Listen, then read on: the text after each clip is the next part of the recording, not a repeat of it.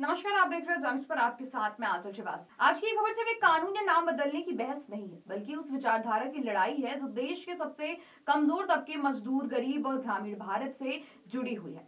केंद्र सरकार द्वारा मनरेगा कानून की जगह एक नया बिल लाए जाने के बाद सियासत तेज हो गई है। 20 सालों से देश के करोड़ों गरीब परिवारों के लिए रोजगार की गारंटी बना मनरेगा अब बदलाव के दौर से गुजर रहा है और इसी बदलाव के खिलाफ राजधानी दिल्ली की सड़कों पर विरोध की आवाज गूंजी है। दिल्ली में संसद भवन के बेहद करीब रायसीना रोड पर युवा कांग्रेस ने एक बड़ा होर्डिंग लगाकर अपना विरोध दर्ज कराया है। होर्डिंग पर साफ संदेश लिखा है कि राष्ट्रपिता महात्मा गांधी अमर रहे। ये होर्डिंग न सिर्फ मनरेगा का नाम बदले जाने के विरोध में था, बल्कि उस सोच के खिलाफ भी था जिसे युवा कांग्रेस महात्मा गांधी की विरासत पर हमला मान रही है। इस विरोध प्रदर्शन की अगुवाई दिल्ली प्रदेश युवा कांग्रेस के अध्यक्ष अक्षय लाकड़ा ने की। उन्होंने साफ शब्दों में कहा कि मनरेगा कोई साधारण सरकारी योजना नहीं है, बल्कि ये करोड़ों गरीब और मजदूर परिवारों की जीवन रेखा है। उनका कहना है कि अगर इस कानून को कमजोर किया गया या इसका नाम बदलकर इसकी मूल भावना को खत्म किया गया तो ये सीधे तौर पर आम जनता के हक पर हमला होगा। अक्षय लाकड़ा ने अपने बयान में सरकार पर तीखे आरोप लगाए हैं। उन्होंने कहा कि नफरत की राजनीति ने एक समय राष्ट्रपिता महात्मा गांधी की हत्या करवाई थी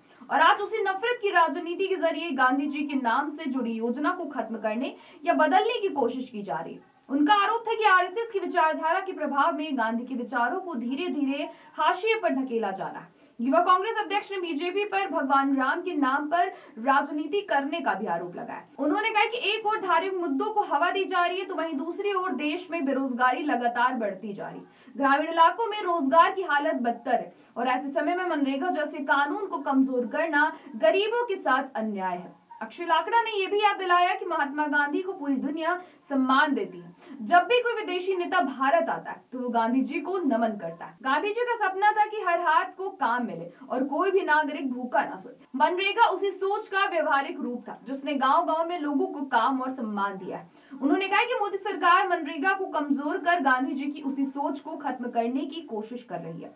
लेकिन युवा कांग्रेस का दावा है कि यह लड़ाई सिर्फ एक योजना की नहीं है, बल्कि विचारों की है। अक्षय लाकड़ा ने कहा कि हिंदुस्तान की मिट्टी में गांधी के विचार रचे बसे हैं। कोई भी सरकार चाहे तो गांधी के नाम और उनके आदेशों को मिटा नहीं सकती।